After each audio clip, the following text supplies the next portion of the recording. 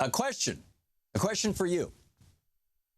Noam Chomsky, in an interview with Jan Frell, who is the, I think, senior editor of Alternet, Noam Chomsky basically came out and said, well, actually, I'll just read the quote, because it's very straightforward, and he says it as well as anybody, probably better than I could. They're talking about Trump supporters, Trump voters. And Trump has largely consolidated this block of about, 30% of Americans. And what I have yet to see is a Trump voter who's not also a Fox News watcher. It seems like, or at least a right-wing hate radio consumer in large part. And it seems like those ecosystems are all tied together to create this, like, there's kind of one America of Fox News and Trump, and then there's the other America of everything else. And frankly, Fox News, right-wing hate radio, and Trump have been lying to the people who voted for Trump, with the exception of the very wealthy ones. Now, if you make $1 million a year, I absolutely understand why you would vote for Donald Trump. He's going to cut your taxes. He's going to cut your corporation's taxes. He's going to do away with the estate tax so his kids can inherit more of his wealth, if he has any. All this kind of stuff is going to happen. So it makes perfect sense for multimillionaires and billionaires to vote Republican. But, somebody who's earning, $20, $30, $50, $100,000 a year voting Republican, this makes no sense. So back to Noam Chomsky. He says, I think sooner or later the white working class constituency will recognize, and in fact much of the rural population will come to recognize, that Trump's promises are built on sand. There's nothing there. And then when that happens, what happens becomes significant. Okay, and this is a really important point. In order to maintain his popularity, the Trump administration will have to try to find some means of rallying the support and changing the discourse from the policies they are carrying out, which are basically a wrecking ball, to something else. Maybe scapegoating, saying, well, I'm sorry, I can't bring your jobs back because these bad people are preventing it. And the typical scapegoating goes to vulnerable people, immigrants, terrorists, Muslims and elitists, whoever it may be, and it can be very ugly. And then the kicker, and this is the one where I'm asking you, how do you think we should respond if this happens? Noam Chomsky says, I think that we shouldn't put aside the possibility that there would be some kind of staged or alleged terrorist act which could change our country instantly. Now, there are some people who believe that 9/11 was a false flag operation or was staged. George W. Bush was an illegitimate president. The majority of Americans didn't believe he was a legitimate president. Everybody understood that he was put into the White House by the Supreme Court. There was massive election fraud down in Florida that his brother supervised, kicking 50 to 90,000 African Americans off the ballot, off the voting rolls in Florida, so that he could get George within spitting distance. And there's people who go, "Oh, 9/11 is a false flag." I don't happen to believe that. I believe 9/11 was pretty much exactly what the 9/11 Commission said it was. But the fact of the matter is that Trump took a criminal act. I mean, you can call it a terrorist act. Sure, it's a terrorist act, no doubt about that. But it was also a criminal act, and used it as an excuse to completely change America and America's position in the world. He could have reacted to this the way Theresa May reacted to the terror attack in the UK last week, by saying, we are going to get back to normal. We don't let these guys change us, because when they do, they win. George Bush, on the other hand, said, we're going to change everything.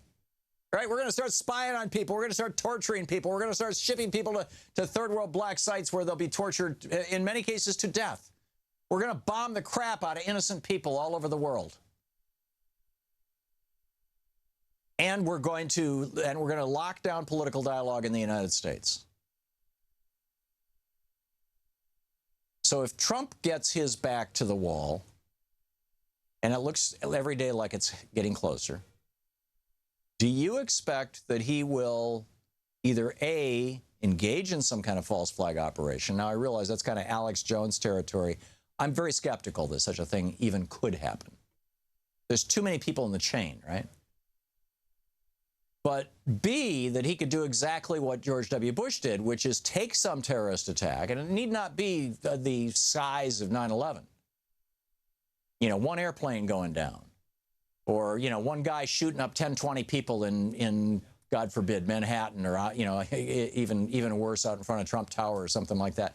I mean, it's like Donald Trump is doing everything he can.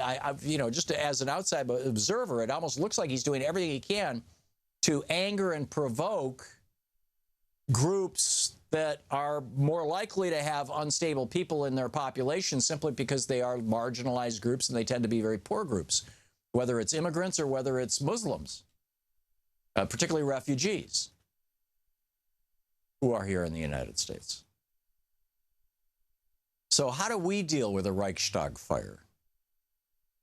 And do you expect there to be one? Where do we go with this? What do we do with this? Is it possible it could happen? Now, you say, wait a minute, that's just crazy. False flag operation, the United States being hit by a terrorist attack that was actually originated within the United States. And, like I said, this is kind of the line of the thinking among folks who buy into the 9/11 conspiracy theories. And I'll say again, I'm not one of them. But consider Operation Northwoods. Operation Northwoods was put together by the Joint Chiefs of Staff, the Pentagon, the heads of the Army, the Navy, the Air Force, and the Marine Corps. They put this thing together, and they approved of it. The chairman of the Joint Chiefs of Staff, it was Lyman Lemnitzer, he signed off on it, and he sent it to the Secretary of Defense. In 1962, this was the first year, the second year of the Jack Kennedy presidency. And Jack Kennedy shot it down. So the president said no. But the Joint Chiefs proposed it. So what was Operation Northwoods? Well, this is just the Wikipedia entry. It's very straightforward. You can easily, put this thing into a search engine. Operation Northwoods was a proposed false flag operation against the Cuban government that originated within the U.S. Department of Defense and the Joint Chiefs of Staff of the United States government in 1962. The proposals called for the Central Intelligence Agency or other U.S. government operatives to commit acts of terrorism against American civilians and military targets, blaming it on the Cuban government and using it to justify a war against Cuba. The plans detailed in the document include the possible assassination of Cuban emigres, sinking boats of Cuban refugees on the high seas, hijacking planes, blowing up a U.S. ship, and orchestrating violent terrorism in U.S. cities. The proposals were rejected by the Kennedy administration. So it's not like the United States has never thought about this. So if Trump is in trouble, the rats are most dangerous when they're cornered. A little tiny rat can do a lot of damage to you if you get it cornered. In fact, I remember when we lived in Vermont chasing, I don't remember if it was a rat or a mouse. I think it was a mouse. Chasing a mouse around the house with a laundry bag, trying to catch it so that I could take it outside. I don't like killing these little things. And boy, did that mouse get upset when I had him cornered.